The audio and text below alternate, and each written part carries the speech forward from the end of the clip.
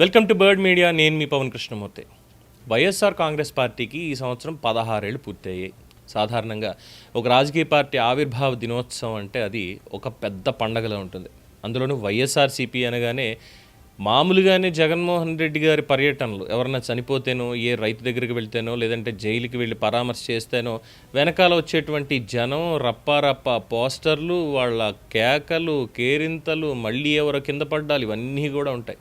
Party కార్యకర్తలు, నాయకులు, నినాదాలు, భారీ సమావేశాలు, ఉత్సాహం, మొత్తం వాతావరణం అంతా రాజకీయ జోష్తో నిండిపోయి ఇంకేముంది తగ్గేదే లేదనేటువంటి మాటలు మాట్లాడుతుంటారు. కానీ ఇవాళ జరిగినటువంటి వైఎస్ఆర్సీపీ 16వ ఆవిర్భావ దినోత్సవ వేడుకలు తాడేపల్లిలో చాలా చప్పగా, కొంచెం భిన్నంగా కనిపిస్తున్నాయి. కార్యక్రమం జరిగిందండోయ్, అన్నయ్య జెండా ఎగరేశారు, ఫోటోలు కూడా తీసుకున్నారు. కానీ ఎప్పుడూ కనిపించే హడావిడి మాత్రం అక్కడ లేదు, ఉత్సాహం లేనే లేదు. ఒకప్పుడు వైఎస్ఆర్సీపీ ఆవిర్భావ దినోత్సవం అంటే పార్టీ కార్యాలయం దగ్గర పెద్ద ఎత్తున కార్యకర్తలు ముందే గుమిగూడిపోయేవారు. నేతలు ఒక్కొక్కరు వచ్చి జగన్మోహన్ రెడ్డి గారి పక్కన నిలబడడానికి పోటీలు పడేవాళ్ళు. ఫోటోలో కనబడితే చాలరా నాయన అనేంత ఉత్సాహం వాళ్ళ కనిపించేది. ఈసారి మాత్రం తాడేపల్లి కార్యాలయం శ్మశాన నిశ్శబ్దంగా ఉండిపోయింది. ఆ సందడే లేదు. చాలా సాదాసీదాగా, హడావిడిగా, వద్దులే ఏం ఎగరేస్తాం జెండా, ఎలాగో 11 పరిమితం చేశారు, ఇంకేం చేసేది లేదన్నట్టుగా వచ్చారు, జెండా ఎగరేశారు, చిక్కటి చిరునవ్వు నవ్వారు, వెళ్ళిపోయారు, అంతే. అంతకుమించి జరిగింది ఏం లేదు.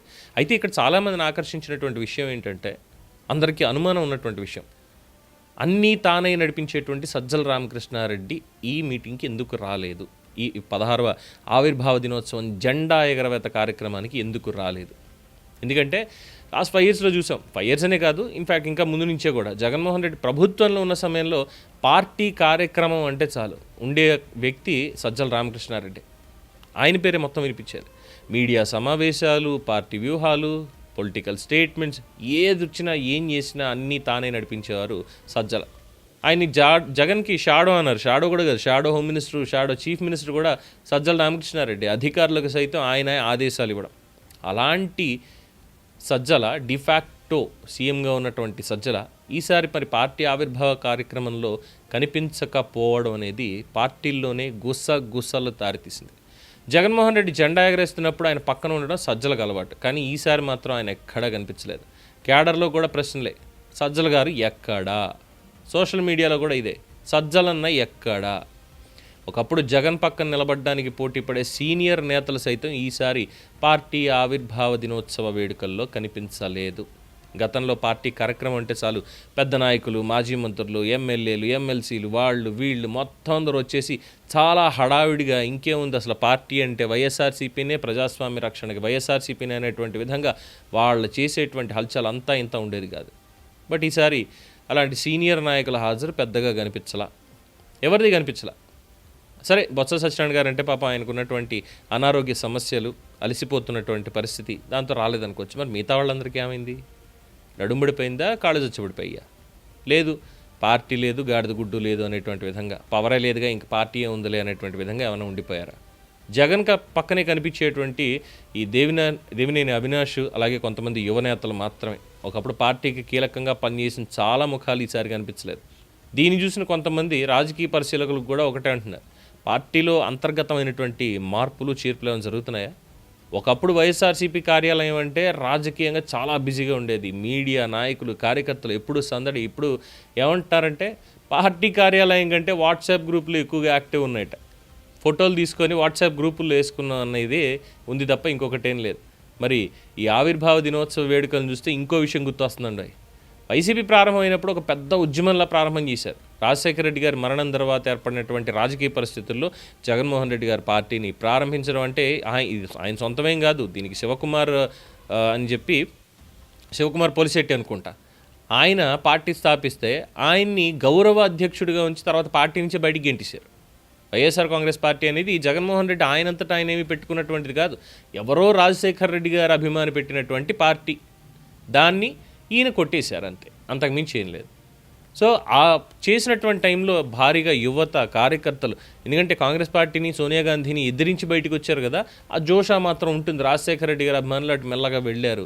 అప్పుడు ఉన్నటువంటి నేతలు వీళ్ళందరూ కూడా పార్టీ చాలా వేగంగా ఎదిగిందనేది అందరికీ తెలిసిందే. 2019లో వైఎస్ఆర్సీపీ భారీ విజయం సాధించడం, ముఖ్యమంత్రిగా బాధ్యతలు చేపట్టడం, ఆ పార్టీ ఇక రాష్ట్రంలో వేరే పార్టీలు అనేవి లేవు అనేటువంటి ఒక పవర్ తెచ్చిపెట్టుకుంది.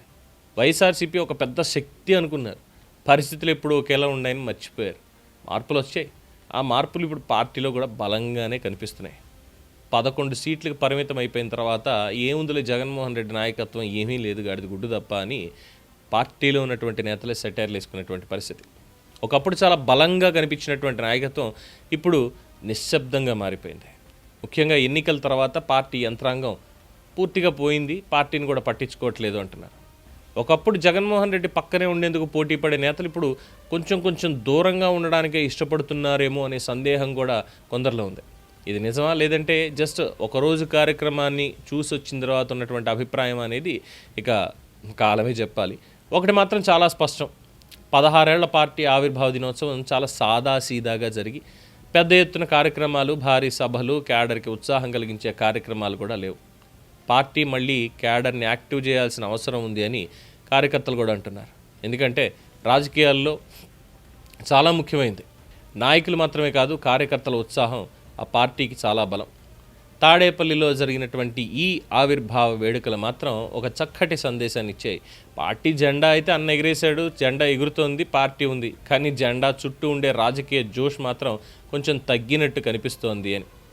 ఈ 16 ఏళ్ల తర్వాత కొత్త ఉత్సాహంతో వైఎస్ఆర్సీపీ ముందుకెళ్తుందా, లేదంటే ఇదే సైలెన్స్ని మెయింటైన్ చేసుకుంటూ వెళ్తుందా?